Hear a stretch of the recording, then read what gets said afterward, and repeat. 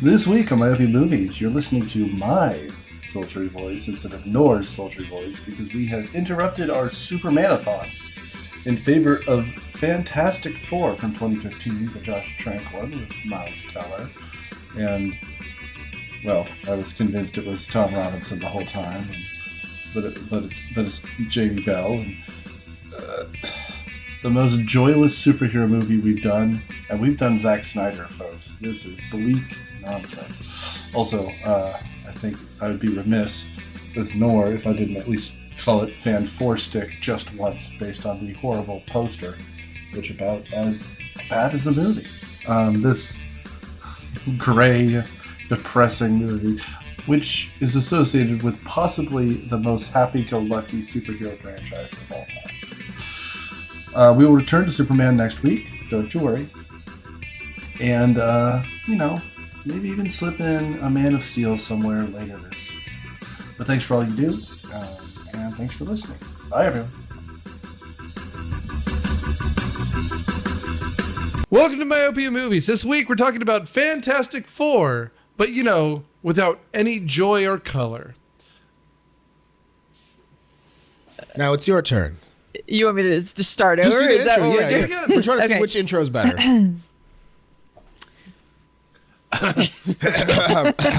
right, let's go. Yeah. Uh, It's not easy to do an intro. 536 episodes. Nora, you can go. She can come now. no, All right. Okay. Welcome to Myopia Movies. And this week we're doing Fantastic Four, the 2015 movie that made me rethink my life. I can do another one. No, I got it. We're keeping all of Okay. this. All this is better than the actual fucking movie. Yeah. Okay. I just got to get real close. Okay. Hey, everybody. Welcome to Myopia Movies. I think you need to be closer to your mic. You think I should get a little closer? Picking up the sound? This is NPR. Look, this is Tonight, prices. we watched together a movie that has 9% on Rotten Tomatoes, which is actually the worst rating I've ever seen. It's the Fantastic Four 2015. I'll do one more. Welcome to Myopia Movies. This week we're doing Fantastic Four, the one with the black guy. I'm your host, Nick Hoffman. Leave them all in. Who cares? I know, at this point. Yeah. And on panel this week we've got We're on Cineprov. Check us out on August 9th, where we're doing the Mighty Morphin Power Rangers movie with Ivan Ooze. and Keiko. And here's the Pink thing. Ranger. We've never done this before.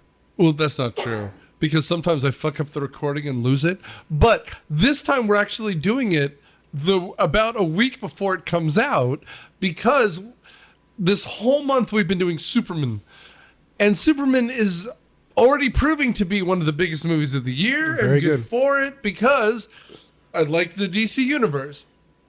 But hopefully this will save Marvel's shittiness for the last generation. And so we're interrupting our Superman verse thing and doing Fantastic yes.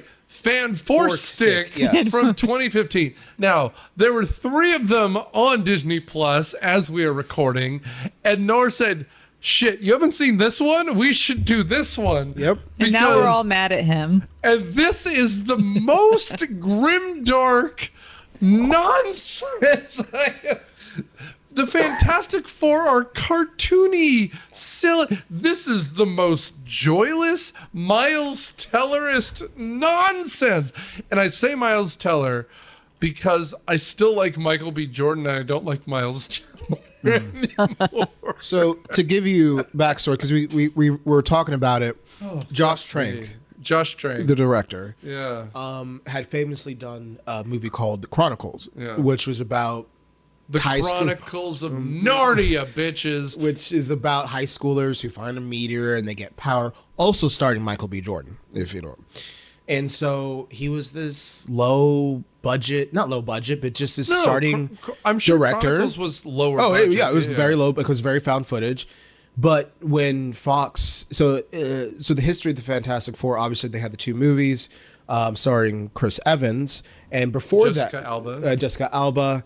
And before that, there was a direct, non-released Fantastic Four film.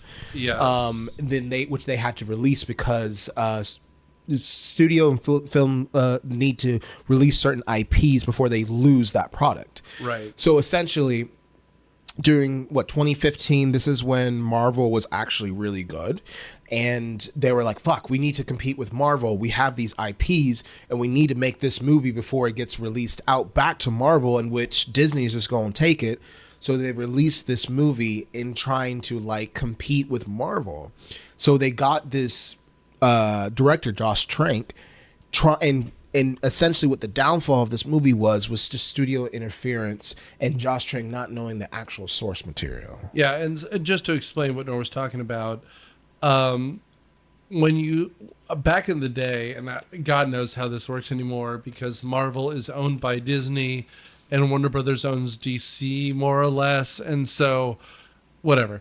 Fantastic Four was purchased at one point, I would guess in the 80s, and so they had about 10 years to release a movie, and they had no movie. So they hired Roger Corman to make a Fantastic Four movie, which was filmed in 1993 to be released in 1994, but it was actually never released. Now, you can find it online through sources we would never use. But then in 2003 or 4, they started filming another movie just to make sure they didn't lose the copyright again. Mm-hmm. And that was the one with Alba and Chris Evans and all that stuff, Ewan Griffin, that made enough money to make a sequel, but neither of them were received well. And once again, 10 years later, they were about to lose the rights again. And then they made this movie we're talking about. And now, a decade later, they're about to release Fantastic Four First Steps, which none of us have seen at this point. Nope. Because it's coming out the week we're releasing this. I already got my tickets. I will say I've seen several trailers.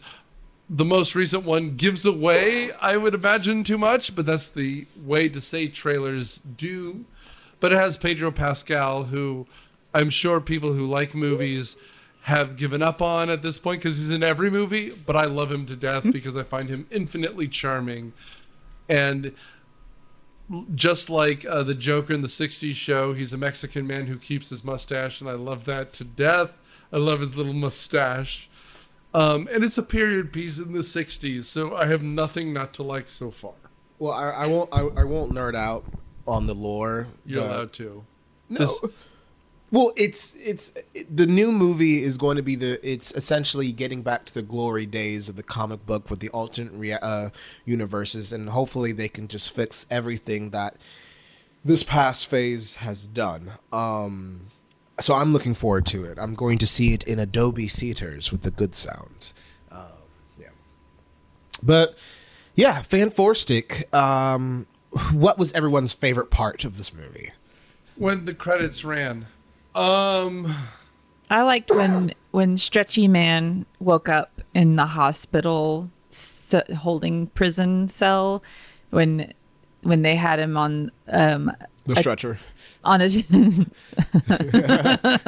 on a table that had little special like brackets for his extra long arms and legs and stuff. Yeah, that was my favorite part, which I think means the movie's not really great because no. I mean, you would think it'd be the action scenes. I will not recommend this to anyone in their life. Well, I don't like action scenes. You don't like action scenes? I'm not an action person. You used to love this movie then. There's a guy I can almost guarantee you they based this scene on named Hisashiri Ouchi. What happened to him? Don't Google it. No, don't Google it. Don't laugh at it. What? But essentially, he was working in a nuclear power plant and was exposed to so much radiation that like he had all the side effects you could imagine. And his body, like you can look at the pictures, his body is literally in that thing where it's stretched out. And he died something like 35 times, and they kept reviving him for scientific experiments. And then when it came to light what they did, the doctors performed Harry Carey. Like, that's terrible. Dude, I'm telling you, it's awful, but that is exactly the image. I do need to look it up now, though, just to Do you want to see the picture? Yeah, kind of right now. Yeah. Damn! Oh, wow! His flesh melted off, but that's what it is. His arms are out, his legs are out, it's stretched out. It looks like a Slim Jim dipped in ketchup in No, it's form. awful. And again, his sashiri, ouchie. Oh, my stomach. Oh. No, it's no joke, but that's the first thing I thought of because, like, they keep the flesh on the bone, and we should emphasize the CGI in this looks better than some of the old shit because everything is gray. Yeah, maybe that's what it was. There's no joy in this movie, but that's what we are introduced to, like, Reed, like, twitching and trying to move his fingers, and he's gray and he's stretched out. Like, move your index fingers, like, and you're just like, remember when they used to make puns and have laughs? Yeah, see, that's what I need in a superhero movie. Let's do this as the comic book connoisseur. Nick, could you tell us the actual lore of the Fantastic Four? So the basicness is Reed Richards is a genius.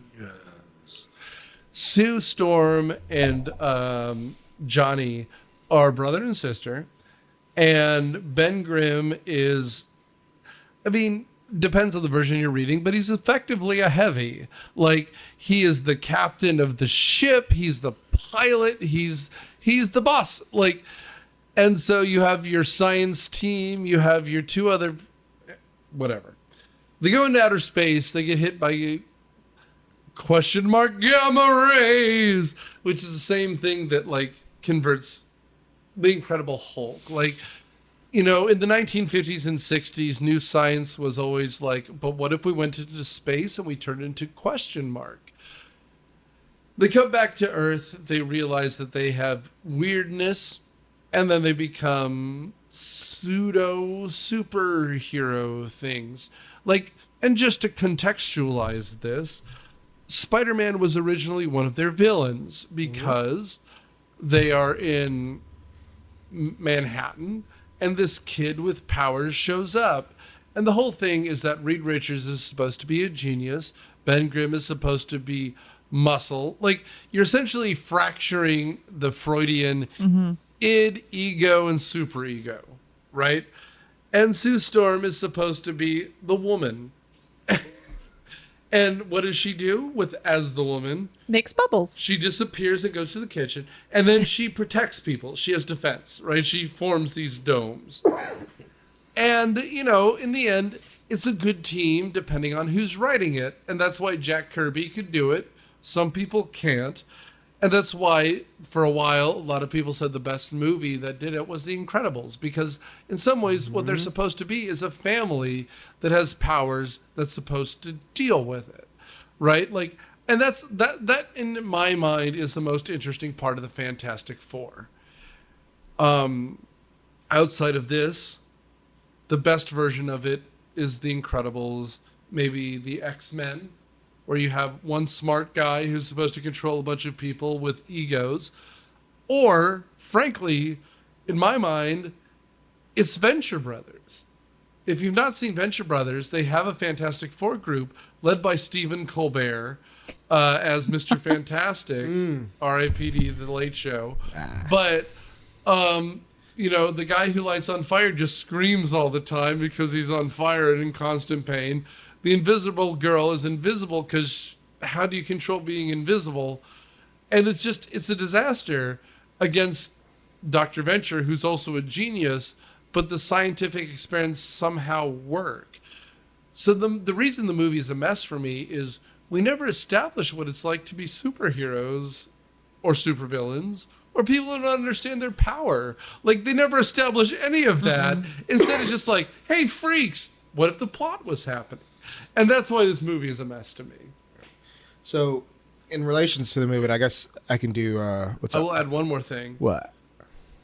You asked me what was supposed to be a good Fantastic Four. What was the point of them?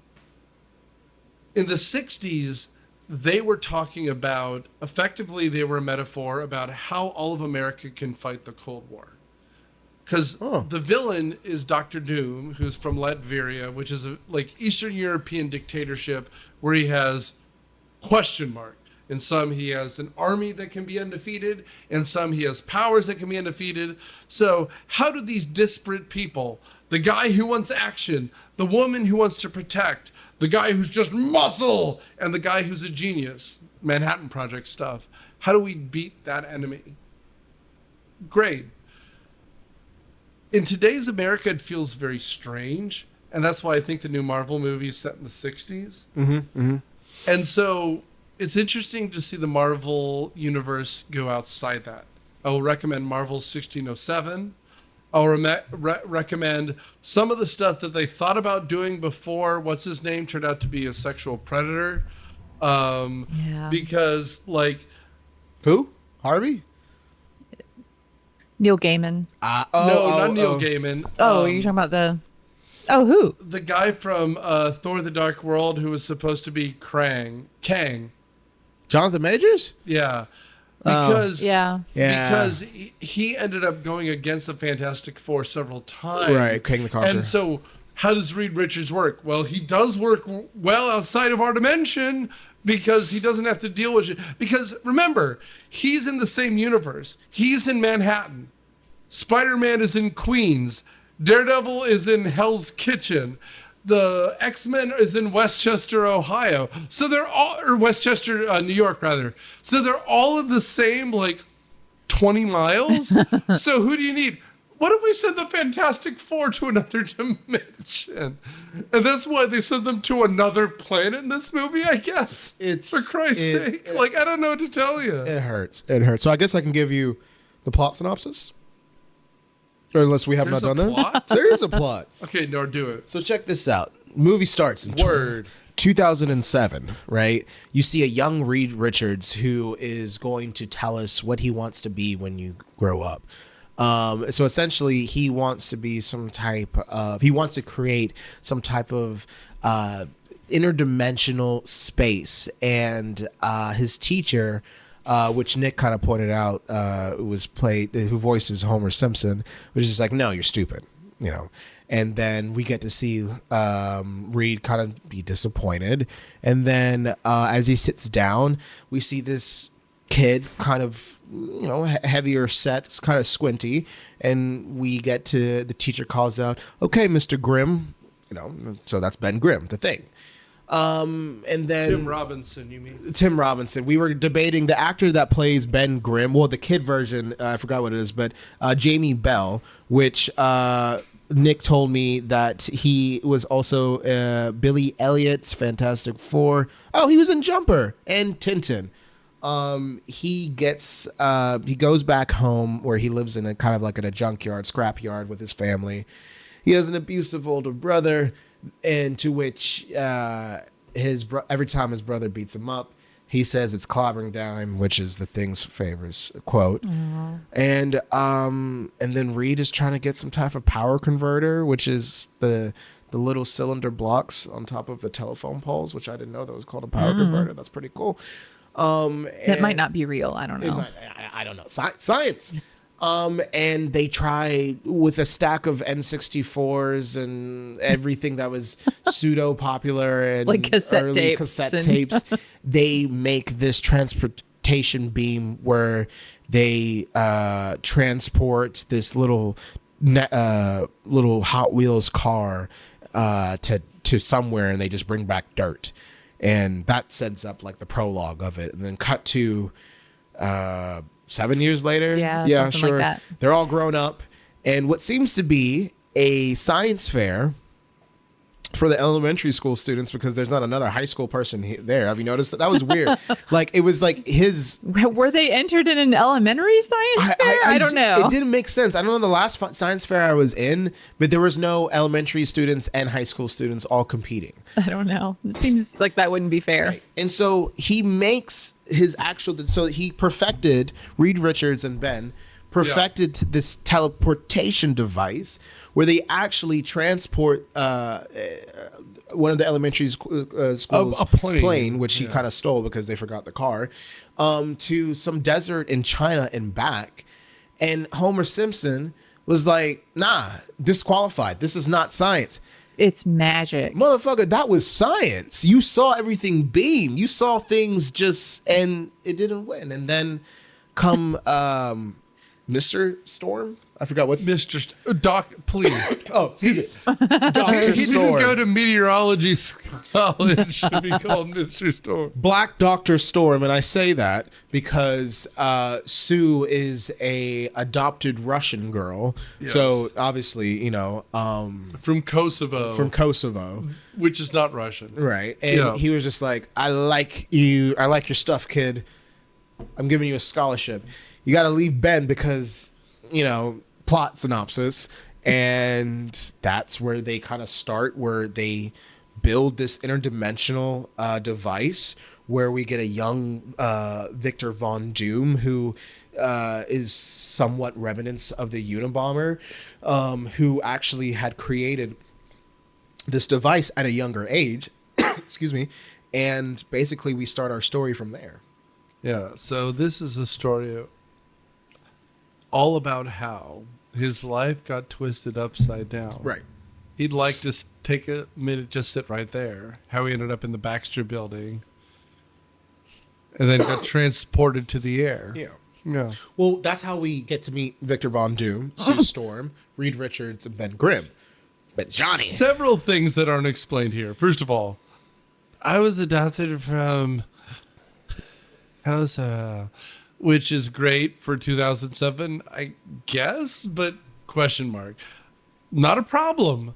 But here's the problem in my mind. What is the problem with this movie? I don't mind that Dr. Storm and Johnny Storm are black, but you have to explain it better than like, I was adopted from Kosovo. You have to do one or the other. And I get it. Like, you want to have a less all-white movie. Totally understand. And you don't want to just have the black guy be the thing. Because also, that's racist. It is a little bit. But it's also, you have to do more than just be like, but then we adopted the white girl. And it's a single line of dialogue. Like, they clearly want to have it be more diverse, but they don't care other than just saying, but also white lady. Well, I guess here's the thing. Because this movie came out 2015, so I was still in college. And we had 70 seconds left of Obama. Right. And when Michael B. Jordan was casted as Johnny Storm, it broke the internet. It was almost like when they were trying to recast for Spider-Man, and they were trying to get like Donald Glover, who is black, to Miles Morales or whatever. So it was just a whole upstorm. So like you said, they I see what you did there. No, you were the one who did it. I did. You are brilliant. It did make sense, and honestly, they were probably trying to capitalize on Michael B. Jordan's popularity. He was just coming back from the Creed movies, which was an extension of the Rocky movies. Well, and the first one especially is a fucking incredible film. Amazing. But no, but he gets introduced as a he has this 1980s. No. You just have to say, you guys seen any of the Fast and the Furious movies? Now about family. It's sometimes about family. And cars. Yeah. And rockets and nuclear weapons. Shit, son. Shit. And clones. Is that what they got into in the later ones? Probably. They went to space. They definitely got into space. They went to space? Yes. Are you joking? No. We bullied. You know those guys from that show, Fast and Furious? But it's the same, but it's in space. I'm feeling a little bit like how I felt when I found out that there were 16 Land Before Time movies. There's 16 Land Before Time movies? There might be more by now. Yeah, but you never beat the first one where the narrator goes, and Sarah was sad because she had gone the wrong way, like shaming this toddler who's crying under a waterfall. How much Littlefoot can be little? How long were dinosaurs on this earth before the meteor came? Allegedly. Well, it's between the year 3000 and 3000. No, it's millions of years. Do dinosaurs have like a really long lifespan though? Depends on them. I mean, my daughter reminds me very clearly, as having read all those books, T-Rex could live up to 75 years. That's on the metric That's system. enough for 16 movies of being a child dinosaur. You can have 75 movies in that case. Mm. There's this dinosaur book I read, and I should look it up because I'm talking about it. But at the time I was reading it, it was because my daughter was obsessed with dinosaurs. And because of that, I was like looking for stuff because he was like a fossil hunter, and I was like talking about fossils she thought she had found. It's called The Rise and the Fall of Dinosaurs, A New History by Steve Brusanti and Brusati. And he responded to the tweets that she told me to send him. And so I give him credit as a professor at Yale. Yeah, no, it was very sweet. This movie has no hope. So, Reed Richards would never respond to a tweet. If you guys had to choose one of the Fantastic Four superpowers, which one would you want? So, I love my beautiful and attractive wife. I'd be Reed Richards, and I'd just poke her in the butt from like long distances. Just be like, boop. No. And I'll tell you why. Honestly, it's the one that I would look normal 90% of the time, too. You do give me a Reed Richards vibe with your hair. Because I'm smarter than everyone. Yeah, you're tall. You have this distinguished salt and look, pepper, salt and pepper, And, like, I could just be in a normal suit most of the time. Right. Because, like, in this, we're told that Johnny Storm and Sue Storm control their powers by the very end. But it takes, like, more than a year. It seems like Mr. Fantastic, and we get none of these names, by the way. No. As opposed to in the first movie, which is very funny, where Chris Evans just goes, so he's Mr. Fantastic, taking away that doctorate immediately. Good, because Ewan Griffin is just invisible girl talking down to his sister. I'm the Human Torch, ladies, because after we bone, it'll burn for a while. And then the Thing. That's the Thing. That's our mascot. He's fucking forgettable. And then he gets punched in the back of the head, which he deserves to. But I don't know, man. Mr. Fantastic. I'd take Mr. Fantastic because for the most part he seems normal, which is the whole joke of him in the Venture Brothers, by the way. What about you? I would be Stretchy. Could you imagine getting that part in the middle of your back that itches? Just being No, I think I would have Mr. Fantastic's power too because I can being invisible, that's cool. Making force fields, that's cool. Like what and also just for both of you, imagine being right about something but also being white and male. And then people would believe you. Oh, this is also returning race too. I'd be wait, are we just becoming him? Yeah. Oh, well, but what if you were him, but a lady with great tits, and then you could also be right all the time? I feel like, according to this movie, you can transform to anything because he turned into a different Mexican. Guy. So he turned into Mexican in this movie. Yeah, which is a weird touch because at first I thought he was slanted, his eyes were squinty or whatever it was. Because he didn't have glasses or something. Yeah, I was like, he's just adjusted. I was like, this is much worse. Because earlier he had the glasses, and I was like, oh no, this is weird. This is just fuck. And like, by the way, he's arguing over a gas regulator for a propane tank, but it's like he's Anton Chigurh from No Country for Old Men. He's like, so, if I flip the head side of the coin, you have to fucking die. Like, it's so... This movie is weird, man. It's weird. It's weird. I think it is missing the humor because at the very end of the movie, when they're standing there, like, reminiscing on, what's happened, there is charm and humor. Like, that last scene is funny. It's fantastic. It is fantastic. And the rest of it didn't have any of that. Well, and also, I will just add to what you're saying by saying it has it compared to the rest of the movie.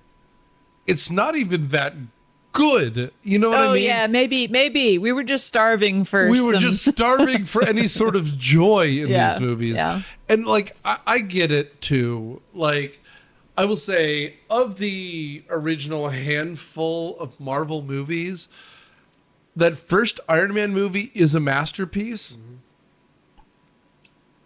Mm-hmm. And, past that, a lot of them are good until they kill Iron Man. Wait, they kill Iron Man? Damn. Sorry, spoiler alert for 8 years ago. But, like...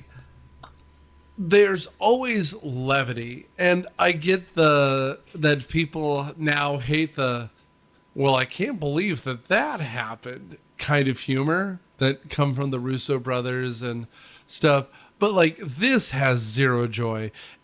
And I love Bond movies, but, like, other than Casino Royale and Skyfall, the joylessness of those Daniel Craig movies, like, or the Jason Bourne movies, like, it's that post 9/11, like, everything is serious because there can't be humor again. Like, this movie, well, let's talk about that. 2015.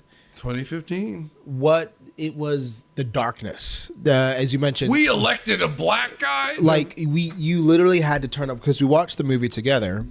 And you had to turn off all the lights. Turn off lights because we couldn't see. Dark. You couldn't see anything. The thing was, like, always in shadow. Like, they were going to reveal the fact that there was a man covered in stone. Like, I'm sorry, everyone knew he was going to be covered in stone. Well, I think that might have been how they were, like, addressing CGI issues too. Is to, like, here's the problem. Cast it in black. You are right. But that also says you shouldn't make the movie. I'm sorry. Like, well, I didn't make the movie. Also, put pants on the Thing because okay, so, like, he's hanging rocks. Hanging rocks. The Hulk has pants, even though he grows from human size to Hulk size. And Mr. Rock Boy has no pants, even though he's just always rock size. So he needs some big, giant rock size pants. And this is relevant because my son, my 6-year-old, is like a Zelda savant. He's really, really, really good at Zelda. And he discovered in Goron City in Tears of the Kingdom that there is a giant pair of underwear because they wear, like, almost like sumo wrestler, like a sort of a loin kind of thing. And there's a giant pair of it outside of a shop. And he showed that to me. And he climbed inside the giant pair of underwear and was just showing me that you could do that in Zelda, Tears of the Kingdom. Underpants. Oh, and it's relevant because they're giant rock underpants, and Goron people eat rocks. He wants to get his rocks off. Yeah, that too. Pause for humor. No, I said this, and I stole it from a meme, but Ben Grimm's does look like a giant extra crispy Popeyes piece of chicken. He did look like a piece of chicken. Yeah, I just want to, like, get a pub sub and eat you up. Put some honey mustard on you and just... It's clobbering time. Dude, that scene with his abusive brother who just slaps him around.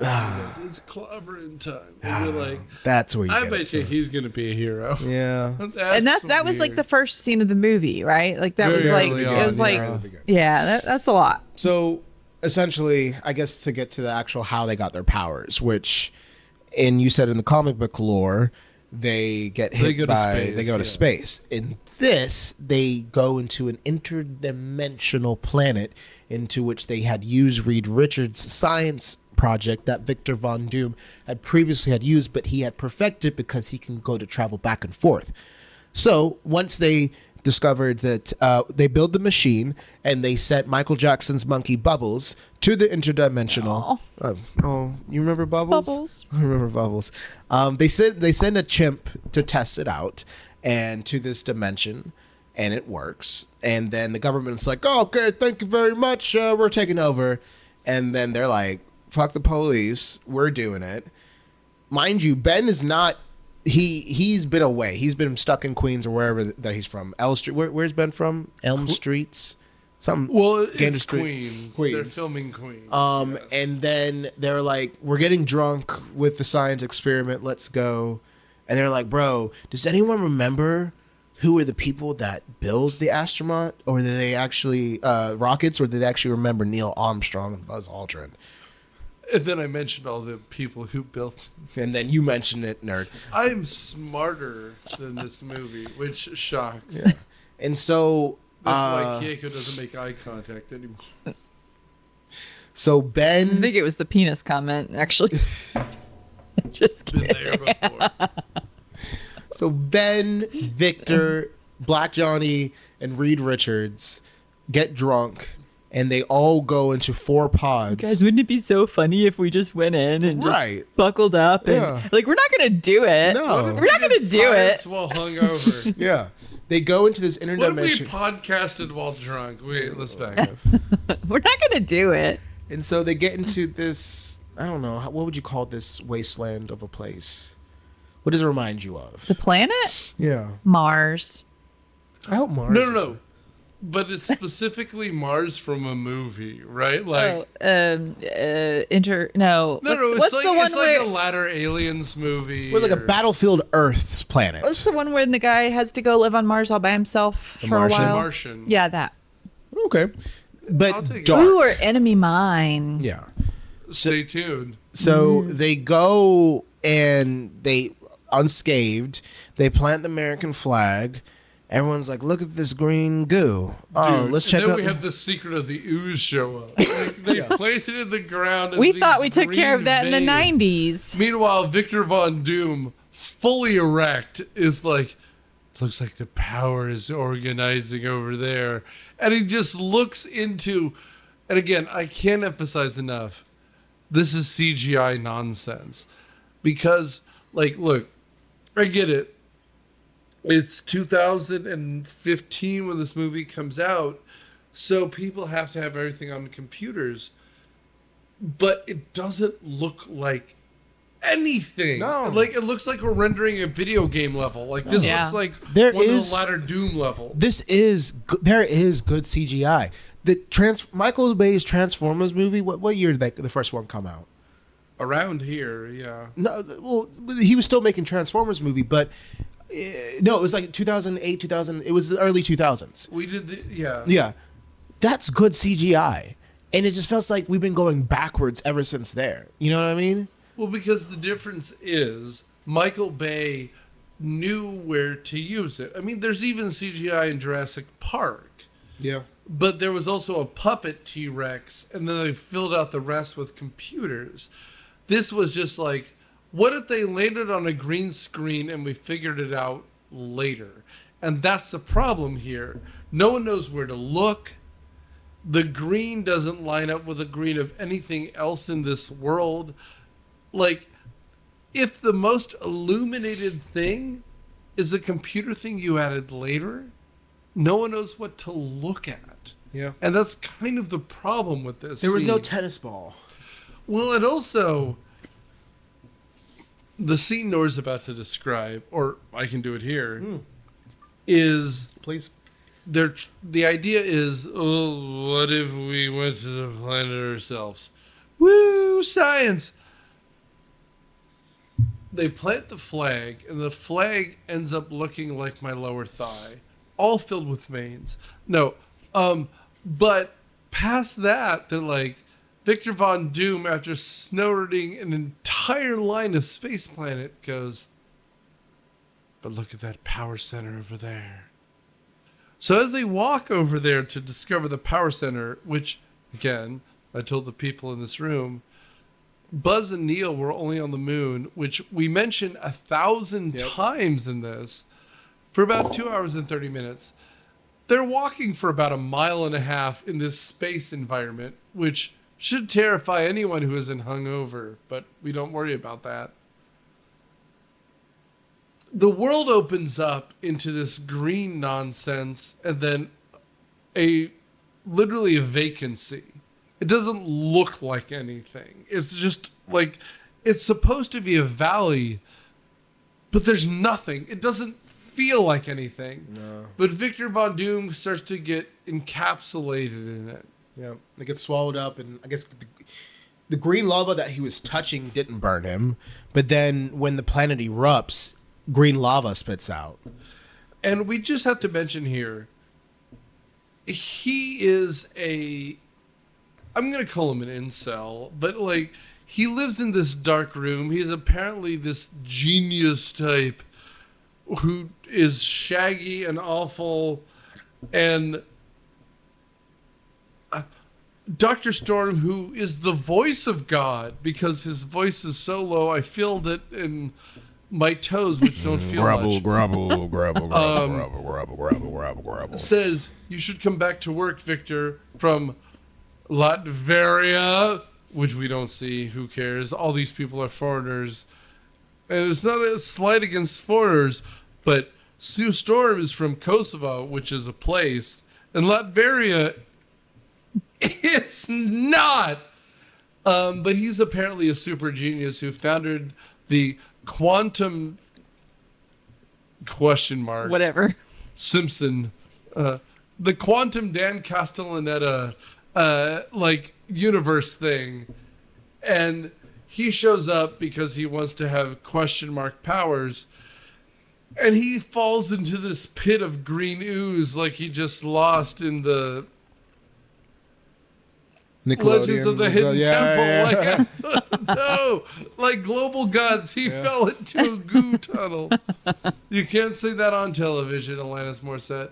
And that's it. Like, everyone else makes it back, and when they make it back, laser zaps. Well, yeah, so I don't know exactly what happens to Reed, but Ben's door from the interdimensional doesn't close all the way, so it gets filled up with rocks. And then I guess there's Sue Storm gets zapped with lasers, right? And then lasers, right? And so, and Johnny gets caught on fire. Yeah. And when they come back, everything, like all the scaffolding, all the catwalks, crash, and Reed gets trapped underneath it, and then pulls away, and his leg gets stretchy. And Ben's a rock, which we don't see because it's a surprise, because no one's ever heard of the Fantastic. Yeah, we've never seen the Thing before. Yeah. And just a rule, I mean, no one listened to this podcast except for me and my friends, but hi. The people who show up know the characters, man. Like, no one's going to be surprised that Superman is super. No, we were talking about that before.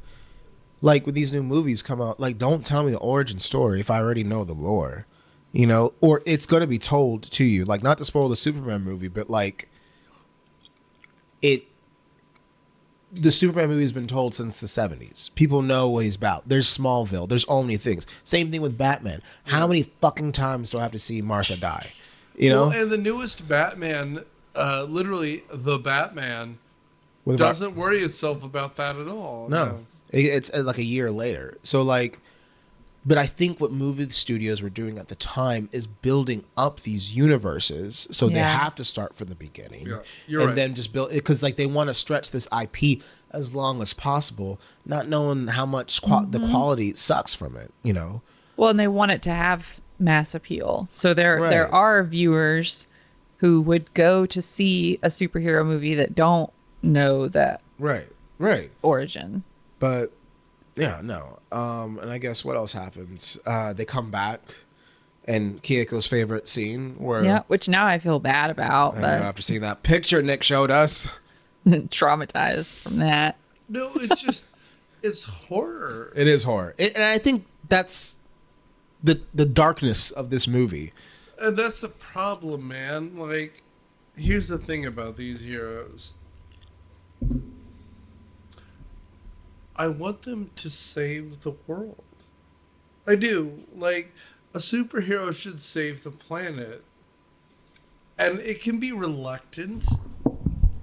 But, like, the idea that we need a 90-minute movie, and of which 75 of those minutes is getting them to their powers, sucks. Yeah.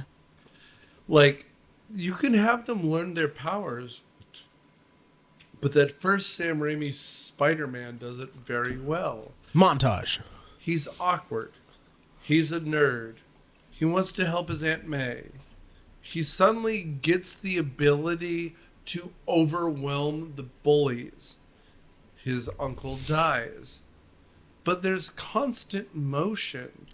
In this, we don't even know who the fucking if it wasn't named Fantastic Four, we wouldn't know what this movie was about until the last 10 minutes, for God's sake. Last 10 seconds.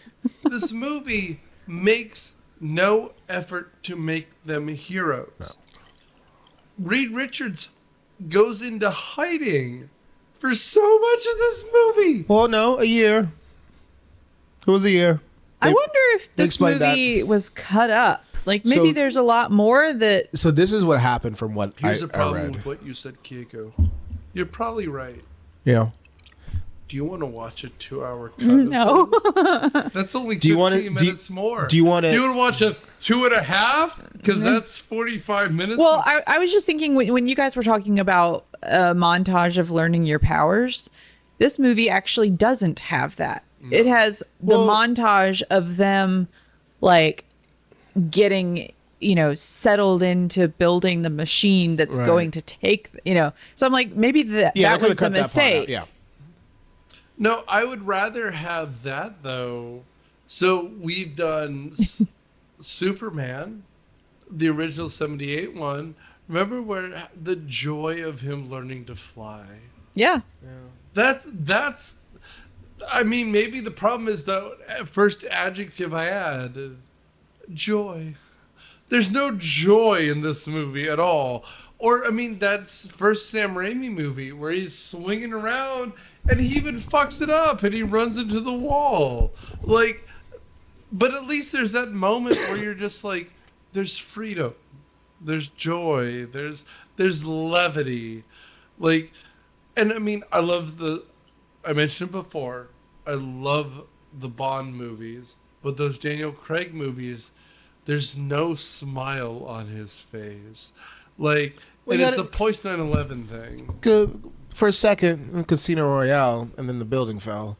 But, when he got hit in the balls. Yeah, and he said to the left. So to answer... It's a great movie. It's a great movie. Yeah, no. So to answer your question, Keiko, yes, there was probably a different cut of this movie. What I've read is that... Okay, so the good part of this movie is honestly before they get the powers. Truth be told. It was after they get the powers, shit started going south. But as soon as they get the powers, you get into this superhero trope that all films subsequently... it's a writer's block. The villain, in the sense, we know who the villain is. It's Dr. Doom. But in other cases, like, Iron Man, he will face an evil Iron Man. Same thing in Black Panther. He faces an evil Black Panther. So with this, the same superhero trope is the big blue beam in the sky. You see it in a lot of movies, Superman, Avengers, all this kind of stuff. So a lot of rewrites happen at this movie towards the end because Josh Trank, the director, didn't know what the fuck he was doing, respectfully. And then the studio just wanted to just push things out a bit more. Well, and just to add to your point, as they're doing these things, we are told the universe is collapsing. And so we see all that stuff you were talking about collapsing in. With the big bleam in the end. But you know what would make this a better movie? Anything. But just hear me out. This is my pitch for this Ford. So instead of them, they all work for the Baxter Foundation, essentially, right? And they're all interns, right? And so the machine's already built. And they decide, we want to be cool. And then they just go to that planet. And then boom, you start the movie right there. And then subsequently... No, you're absolutely right. Yeah, that would have been a lot better. Yeah. As though the equipment was in place and Dr. Baxter was doing things slowly. Well, there could even be, to that point, the kids could figure something out. Like, they could still be super smart and figure something out that shows that, oh, look, they've got it wrong. Like, I'm gonna prove that we know how to do it. They can still get drunk. They can all do Well, I mean, and you're doing a very Spider-Man movie at this point. But it is very basically like the Foundation is this close, and then this nerd kid shows up named Reed Richards, who, you notice, this part of the equation, what if it was a 2? Fucking Goodwill. Yeah. Fucking Goodwill Hunting that shit, Yeah. Yes. So, Baxter Foundation, just remind me again, where does the name come from? Because it's Reed Richards, Victor Von Doom. Who's Baxter? The black guy. Mr. Dr. Storm. Yes. Okay. Mr. Dr. the Storm. Mr. Dr. Storm. And again, His name is Baxter? No. His first name? No, his last name. But I don't know the Fantastic Four super well. Mm-hmm. But from time immemorial, it's always been in the Baxter building. Right. So I don't know if it's always been a Dr. Baxter or not, but I know the Fantastic Four have always been in the Baxter building, just like Stark has been in the Stark building downtown. Yeah. But, so I guess they get their powers and Reed escapes by using his stretchiness. They're all in these prison cells. Right. They're being held captive in Area 57. Yeah. Not 51. 57. And I guess Reed escapes, promising that he's going to help Ben and come back. Cut to a year later, everyone has been used as a U.S. government science experiment, and to which they're trying to get more funding. And a military weapon. Yeah. And so they're trying to find Reed because they need to get back to do more science stuff. Well, and here's the thing. I think this part of the movie... Say it. How do I put this? No, if Matt Quinn was here, this would be the most interesting part, right? Like, this is a world that they're actually bothering to set up. So, like, the idea was, let's take the first... Because as we are talking, this is more than an hour into the movie. Oh, yeah. We're almost 15 minutes left and the movie's gone. So what if the whole beginning part was, we're going to go into space. And, like, that was the beginning. And then we cut. And then there's this scene where they're all in prison cells and then he escapes. Well, then we actually have a superhero movie. The problem I have with this happens around... I mean, we yelled at each other a lot during this movie. But this is where I feel like this is not a hero movie. This is like a victims movie. Yeah. Like, they're all abused. They're all taken advantage of. Yeah. Like, and like even Ben Grimm, who's the first one to go into the field, is told, like, we will fix you, but we will fix you if you help us. What's the exchange? It's 2014, 15. If you beat the shit out of a bunch of Afghanis, I guess. Like, it's hard. Like, I understand that desperation, but they don't show the desperation either. Right. Like, we don't show him, like, breaking down. It's just sad. At one point, we watch him rewatching his best hits.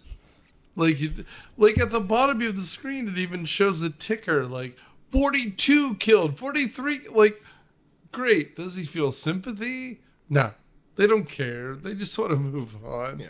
This movie is soulless in every way. It's weird. Yeah. And then I guess they find Richard in Mexico, trying to, I guess, make a pod to go back to that inner dimension. Right. But the government ends up getting him. They're like, yo, fix this for us. Oh, this is a negative and this is supposed to be a positive. So Reed Richard kind of fix it, the transportation beam again.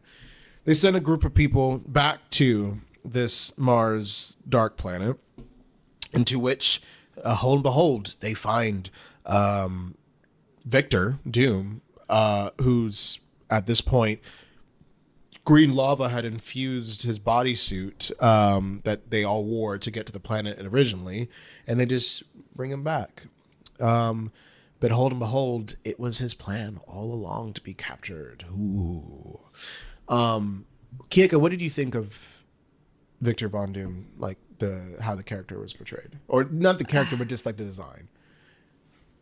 How he looked? Right. I don't know. So I want to show you what the comic book Dr. Doom looks I mean, like. he looked like a skeleton, like Terminator robot sort of thing. So this was this is the cartoon drawing of Dr. Doom. Do you think they were close to that source material? No. Yeah, and that was one of the biggest things when this movie came out. It was just like, this has nothing. This looks like just like you said, a metal skeleton. Yeah. With a big ass hood. Yeah. Annoyingly hood that has powers. Yeah. How long will we talk about this movie so far? We are at 58 minutes. Wow. I think this commentary over this film is needed, so we can release something with just snip. Anyways, yeah. Do you want to finish this out from the movie? Well, I mean, at the end of the day, yeah, Von Doom shows up in that like hood, which makes no sense. It's a big hood. It's a blanket. Where did he get it? No, I have no idea. Yeah. Because originally they're ineffectively, I don't know, like cartoon shitty, like spacesuits. And Von Doom he made in it. This hood. I mean, he was there for like it was Sue's years, months. Right? Yeah. And the thing is, none of that is explained. Like, he could go, a year on your planet is 6 on mine. No, nothing. Yeah. And also, the problem with it is he still Victor? We don't know. It's almost as though, because, like, it's 2014, the X-Files is over, but it's almost as though he's taken over by the black goo or something. Yeah, that actually was not clear to me as someone who doesn't know this story. It seemed to me that it wasn't him. Well, that was my first thought too, because like, as someone who doesn't know the source material, but like, well, I think still gets it. Like, it's this. Is he an alien? Yeah, he now? seems like some kind of they evil. They don't say anything. Or mad that they left him, and before he becomes the evil metal green dude. He didn't like the government. And he hated the fact that they were coming and interfering and could be using this transportation to transport people and like waterboard and that kind of thing. And so I think he was happy in this planet and being perfect and he can build the world. Because he was kind of like isolated when we first saw him. He wanted to be alone. Alone, right? And so they come and disturb his peace. And so he's like, I'm just going to say, fuck your world. And I'm going to build my world from it too. And I think that was his inspiration. Like, he didn't like anything around and just wanted to build this thing. So when he does get captured, he kills all the officials. And who, oh my God, what was the actor's name? Tim Blake? Nelson. He gets popped in his little biohazard suit. And then he uses the machine to essentially warp a black hole and get everyone to the actual planet, and then he sucks the Fantastic Four back with him. And you have this third act battle between the Fantastic Four and Dr. Doom. And it, like, and you said this best. Why was Reed the most strongest one in the sense? It should have been Ben. But Ben got crushed by rocks, which is kind of ironic. You see what I did there? I mean, I feel like this movie barely understood the powers. It's like rain on a sunny day. It's like realizing, I forgot the words of the song ironic. Isn't it ironic? Yeah, I knew where you were going. It's like rain on a sunny day. It's like wedding day. No, wedding day. Excuse me. Yeah, it's like rain on a wedding day. It's like it's realizing it's starting to play. Anyways, yeah. I don't know how to end, where we go from here. They defeat him. Did you have some final thoughts? No, I mean, okay. This is what happens at the end. Oh, with the power of friendship, essentially. They were able rock, bubbles, fire, rubber, stretch, with our powers combined. Fucking Captain Planet comes out of nowhere. An awkward teenager. They destroy his tractor beam and Doctor Doom with it by just pushing him into it. Mm-hmm. And, and then they somehow come back to Earth. And they were like, hey, question mark, is this Earth? And then there's this big hole in Area 57. And then they're like, hey, cool. And the government's like, what's up? And they were like, give us our own space. They were like, no. And Ben grumbles, and then they do. And that's when the movie starts getting better, as Keiko mentioned, the last minute. Where they have that back and forth. And that's when they tell us. And then they're like, what should we be named? How about Ben Grimm and the Temptations, or the Human Torches and Torchettes? And then Ben was like, I forgot what he says, I'm paraphrasing, but he's like, I love being out of Queens. It's fantastic. And then Miles Teller was like, what did you just say? It's fantastic. Yeah. And that was it. That was the movie. And I sincerely apologize for making y'all watch that. I just wanted y'all to watch it because just, it's out there. And maybe we can do the first 3 somehow. There'll be first sequels. 2. Yeah, there will. Yeah, that one was more fun because I watched it with you guys, but I would have hated to watch that one by myself. I fell asleep. It took me a while to finish this movie. And even now, when we're watching it together, I was just like on my phone. And there's no memorable stuff. I'll go first because I never do. And time for final thoughts. Look, man, here's the thing about superhero movies. They're supposed to be about joy. The world is hard. It is a hard place. That's why heroes are supposed to be heroes, and superheroes are supposed to be better than that. They don't fight theft, they fight world domination. This movie feels like nothing. They created their own problems and then barely solved them. This is accidental heroism. If this movie didn't exist, the world doesn't change. That's why Superman is a better movie. Because if Superman didn't exist, the world would be worse off. God help me. This movie, it's like, when conspiracy theorists talk about how that first Indiana Jones movie, if Indiana Jones didn't show up, the Nazis would die earlier. It's like this, but worse, because no one could care. Keiko.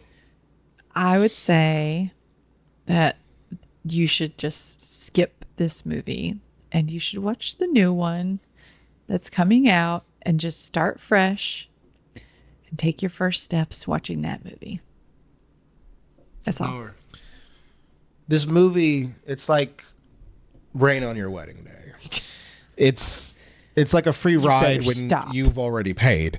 It's like good advice that just didn't take. It's like a traffic jam when you're already late. And it's like a non-smoking sign on your cigarette break. It's like 10,000 spoons when all you just needed was a knife.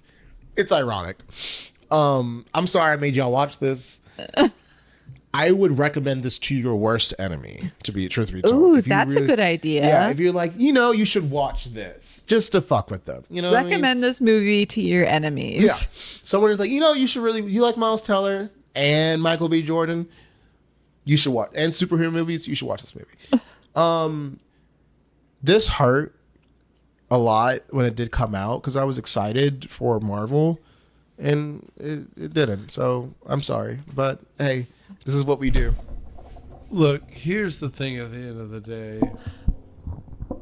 We got an episode. We have an episode. I was worried, guys. I was worried after we watched that. I was like, you know what? But next time I should record it. Oh, great. No, I mean, here's the thing about this movie in the end. Next week, we're going back to Superman 4.